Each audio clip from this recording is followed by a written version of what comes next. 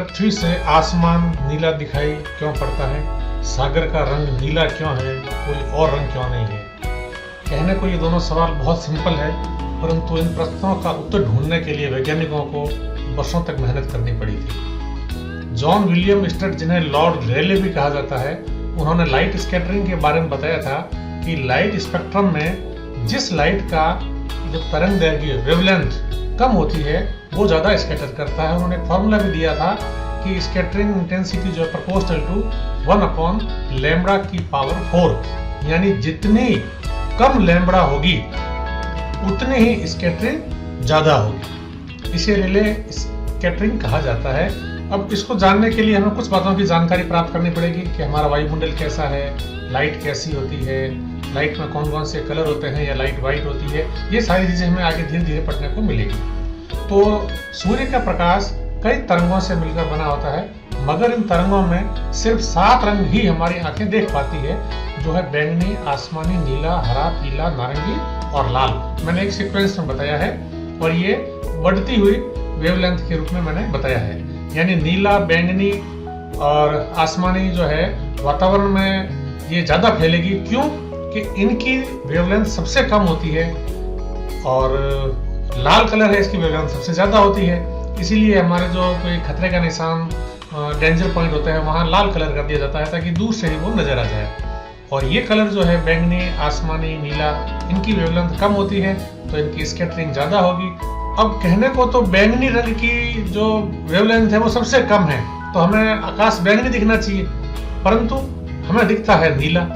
इसके पीछे क्या कारण है?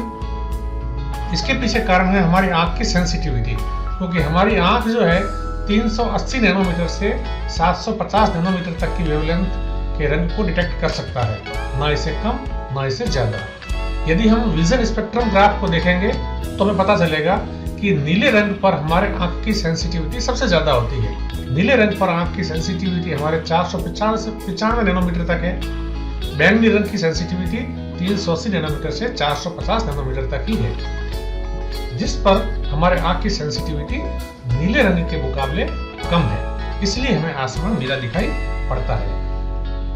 अब बात है कि आसमान नीला दिखाई पड़ता है, इसका कारण तो ये रेले स्कैटरिंग के कारण हमें समझ में आता है, परंतु सागर का पानी, समुद्र का पानी हमें ब्लू क्यों दिखाई देता है? तो पहले ये धारणाएं थी कि चूंकि आसमान नीला है तो पानी के अंदर उसका रिफ्लेक्शन पड़ता है, इसलिए नदी का या समुद्र का पानी ब्लू है। और यूं देखा जाए तो ये ठीक भी लगता है।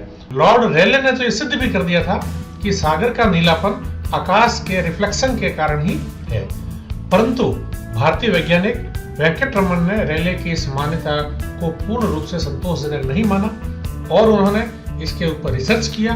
रिसर्च करके कहा कि ये आंसर गलत है।